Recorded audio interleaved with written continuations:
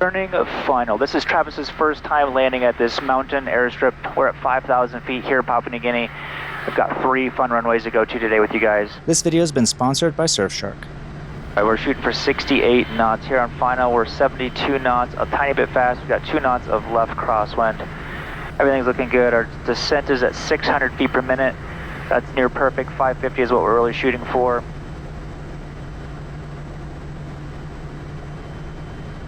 A tiny bit of power to lose those 2 knots. There we go.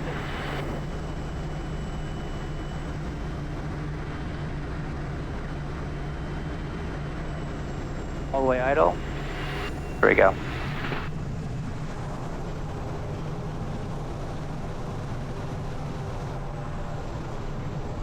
So when we're just a couple knots fast and you're like, well, I don't want to pitch up to be able to burn those things off, just pull a tiny bit of power and we can lose those 3 knots. But it's a matter of once you got that 68 knots, once you get a little bit of power and it drops down fairly quick, then we're going to get that power back in, because if we just let it sit there, it's going to start settling down and then you're going to continue to lose that airspeed coming off, all right?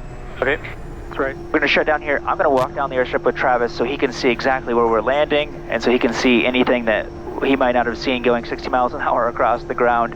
We'll jump back in and we're going to hop over this mountain over here to Samogu, a place that's only a 3-minute flight away, and then another one, Gama, 6 minutes away. We're going to pick up a whole load of coffee beans, and fly back to Goroka. So stay tuned. I think it's going to be interesting with you guys. Look how much standing water is right here. That's a lot. And it's fairly soft. It looks like another airplane already went through here. Okay, but let's walk all the way down because there's some steps down there along the sides that I want to show you. Like I was saying, this is Travis's first time out here, first time Samogu, first time in Gama. He's been to Gama with me before when he very first started, but we're going to walk down here because there are some, like, we call them steps, but just basically sections that like go off to the side.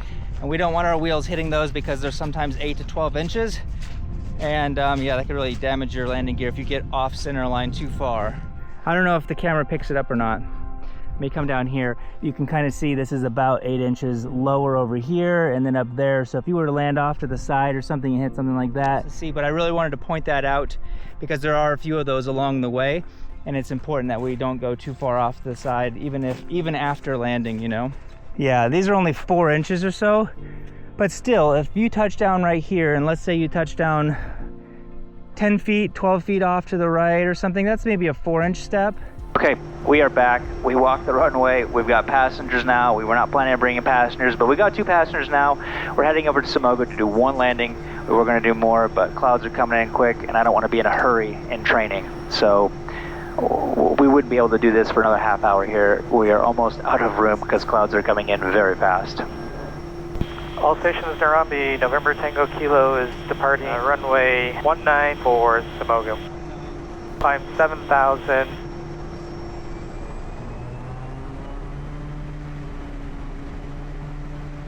I've got to admit, I am not a tech-savvy genius.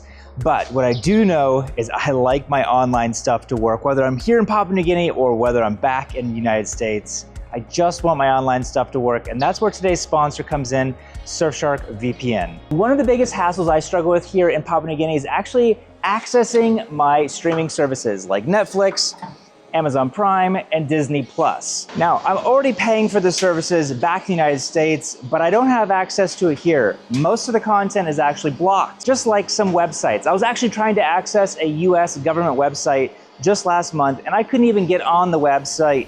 And that's where Surfshark VPN came to save the day. I was actually able to change the virtual location of my device back to the United States so that I could actually access the website and get what I needed to get done. So what is a VPN? A VPN stands for Virtual Private Network. It's a way you can change your virtual IP address of your computer, your phone, or your tablet to a different country. And Surfshark actually offers over 3,200 plus servers in over 100 different countries. The great thing about Surfshark is I can add as many devices as I want to one account. That means all my phones, my tablets, my kids' phones, their computers, my wife's, all in one account, making my life a lot easier. Now, if you're thinking, well, I don't ever use any streaming services like Netflix or Amazon Prime or anything like that. I don't travel outside the United States, so why should I need a VPN? Well, do you ever go to coffee shops or McDonald's or any type of public Wi-Fi, maybe if you're just traveling through an airport? Using public Wi-Fi without protection is like leaving your front door wide open for hackers. With Surfshark, it encrypts your data while you're online so that other people cannot have access to your data or see what you're doing online, keeping your personal data safe while surfing online. And if that's not enough, Surfshark's clean web feature blocks any annoying ads or malware, so while you're surfing online, you don't have to worry about any annoying pop-ups and maybe clicking on something that's a little sketchy. So if you're looking for a way to stay safe online, unblock content, and keep your data protected, Surfshark has you covered. Click the link in the description or go to surfshark.com/bushpilot and use my code bushpilot at checkout and get 4 extra months of Surfshark VPN. You can tell how badly this runway has torn up already just by a few takeoffs. This is our 3rd takeoff.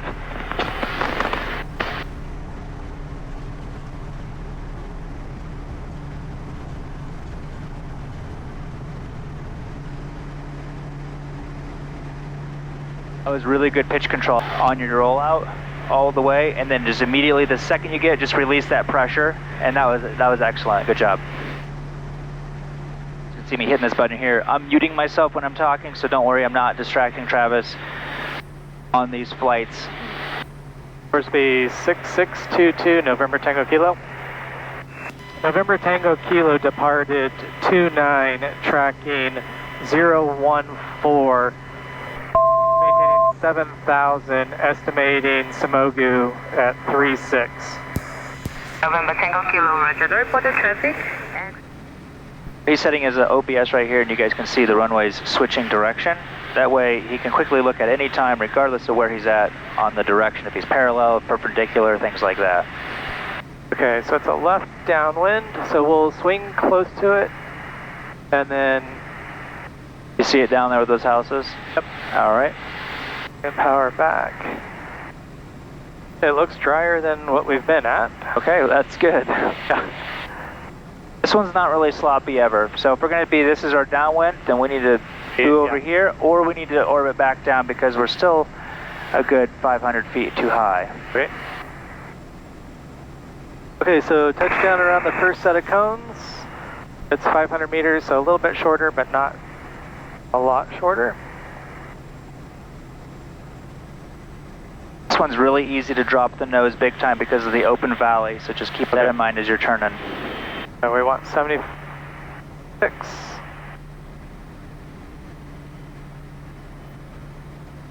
A little early. Keep holding this way. We're not to the ridge yet. Okay. 500. Okay. Now turn. Also remember, you guys, this is Travis's first time out here. He's never seen this place. He's never seen Narumban. He's seen Gama. I've taken him in there before. So until you get oh yeah, I turned at this tree, or I turned at this little specific ridge, and kind of remember it yourself. It's one thing for me to tell him, hey, do this, but for you to see it yourself really makes a huge difference. So, if I'm not headwind,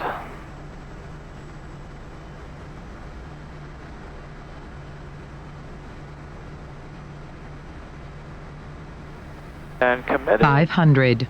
All right, we're sagging a little bit.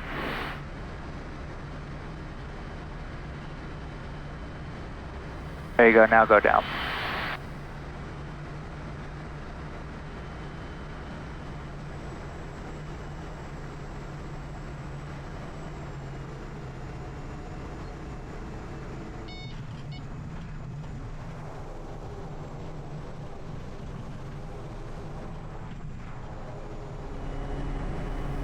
All right, there's a rock over here. We're going to line up with that. We'll go idle. Once we made it, there's a dog in front of you. Because we're on a little bit of a side slope to the right, we're going to start our roll with left aileron until we get about to the yellow cones. Then we're going to slowly be bringing this right back to neutral. And it's kind of awkward because you're still trying to hold it at that certain point, and then slowly coming back in, and then feathering it out. Once we get airborne, probably a little bit past that big rock on the right, immediately just once you're airborne, just kind of release the back pressure just for 2 seconds so the speeds can get up quickly and then climb out at 73. Okay. All right? Okay, so we'll have 35 knots by the second yellow cone, or we'll abort. Yep, I would say Okay. second cone on this little bit of a hill, yeah, will be high 30s. Okay. 1320.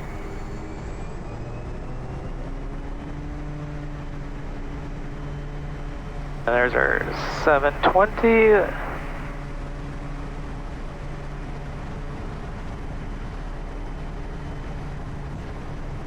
A little to the left.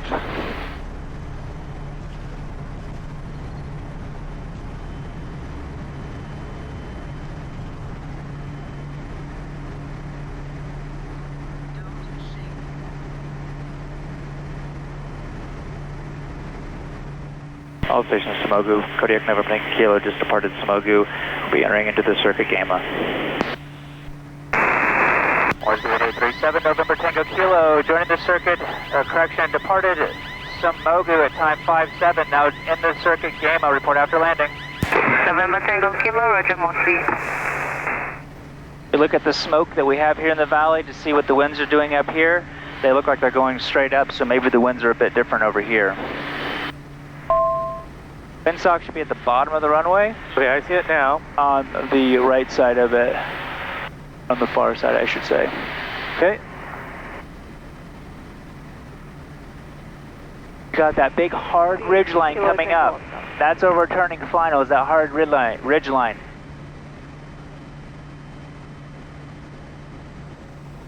Okay, we're getting around 59. 500. As we're turning, we're looking for those trees, so don't go turn yet, because we want to make sure we're out far enough to be able to line up nicely with them. All right, now go full flaps. Turning and be looking for those trees as you're turning. We went 57 right over top of them. So look at the runway now. We're a little bit early, so come back out. Let's kind of shallow that turn. There you go.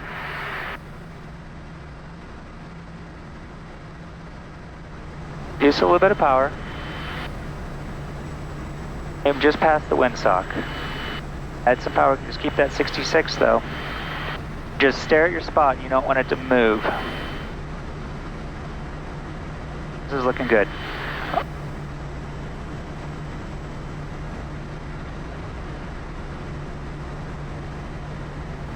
Get some power, getting slow.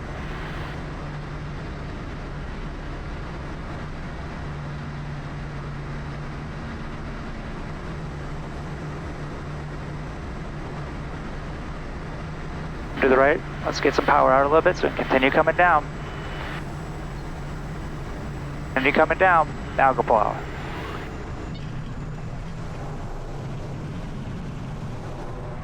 A little bit of power. We're going to go low idle. And don't pull back on the yoke. Push forward. A little bit more power. We're going to come up here to the left. And we're going to make the turn around to the right. And then we're going to slow down. The second we get it to the top, we're going to slow down. It's not muddy today, but it's a big drop off to the left.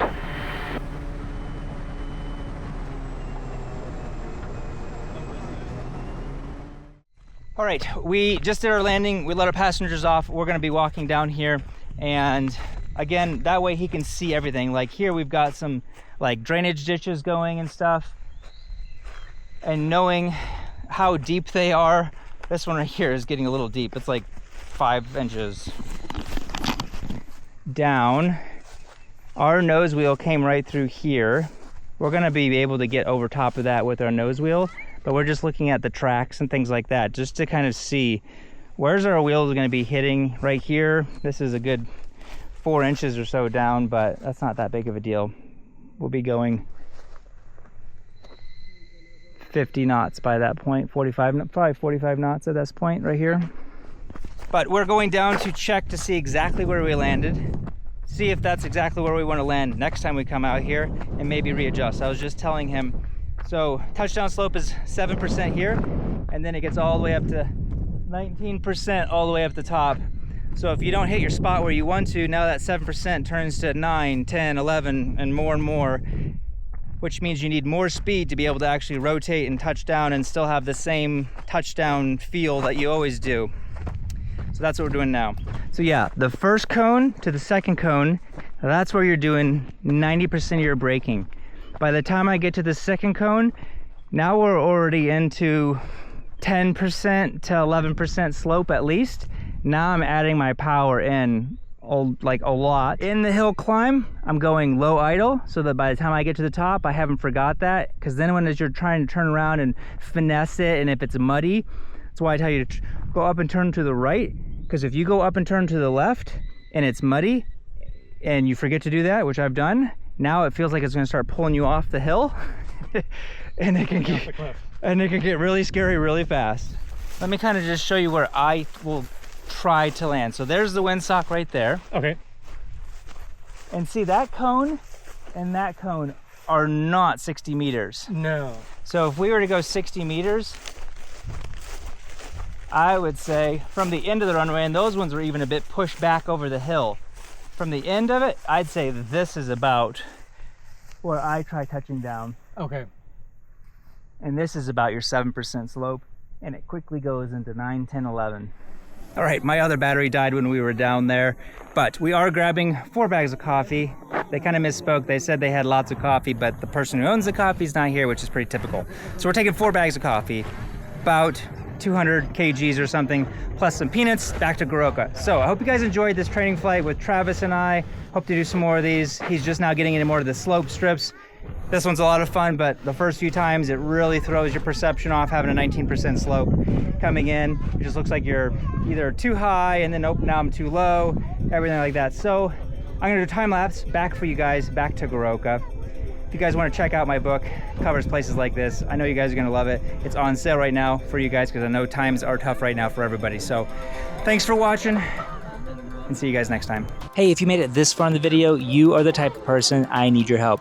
I have a poll that I am trying to get people to vote on to whether or not you would like a Missionary Bush Pilot phone app. It'd be for Apple as well as Android as well as tablets, and it would have a ton of free content on there. It would be a free app for you to download as well as a bunch of free content on there so you could see the impact that we're having here in Papua New Guinea amongst the different communities that we fly for. It would have a paid subscription for $1.99 that would also include my flight simulator course as well as exclusive content that you might not be able to get on Patreon or anywhere else that I have memberships available for you guys. So if you guys would like to, I would really appreciate it because I'd love to hear from you, the viewer, the people that are actually interested in this kind of stuff, to go vote. There's a link down below, or I'll have a pop-up here in the corner you can click on as well. Thanks, guys.